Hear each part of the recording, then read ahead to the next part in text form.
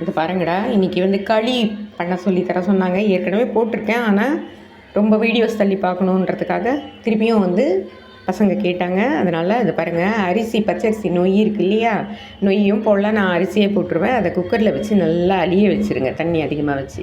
அதுக்கப்புறம் அதை எடுத்து திருப்பியும் வந்து அதில் கொஞ்சம் தண்ணி ஊற்றி இந்த மாதிரி ஸ்டவ் மேலே வச்சு கொதிக்க வைங்க நல்லா. ஓகேவா? இது கொதித்ததுக்கப்புறமா இதோ இந்த உப்பு போட்டுருங்க அதில்.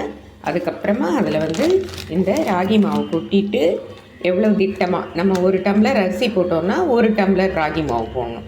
நம்மளுக்கு வந்து 3/4 டம்ளர் அரிசி போட்டோம்னா 3/4 டம்ளர், அந்த மாதிரி எவ்வளவு அரிசி போடுறோமோ அவ்வளவு ராகி மாவு போடணும். சரிங்களா? அவ்வளோதான். இப்போ இதை அப்படியே கொட்டி அப்படியே கொஞ்சம் நேரம் அப்படியே கொதிக்க வைக்கணும். அப்படியே நல்லா கொஞ்சம் நேரம் அப்படியே கொதிக்க வச்சதுக்கப்புறமா கட்டை எடுத்து நம்ம கிண்டிட்டு பால்ஸ் பண்ணி சாப்பிடணும். ஓகேவா? லைக் பண்ணுங்கள், ஷேர் பண்ணுங்கள், கற்றுக்கங்க. தேங்க்யூ. இந்த பாருங்கடா, இந்த மாதிரி கட்டையில் வந்து நல்லா நம்ம வந்து ரோல் பண்ணி கிண்டிட்டு இது பாருங்கள், ஒரு கிண்ணத்தில் கொஞ்சமாக தண்ணி ஊற்றி கழுவிட்டு அதுக்கப்புறமா கொஞ்சமாக எடுத்துகிட்டு இது பாருங்கள், இந்த மாதிரி இப்படி சுட்டணுன்னா பால்ஸ் மாதிரி வரும்.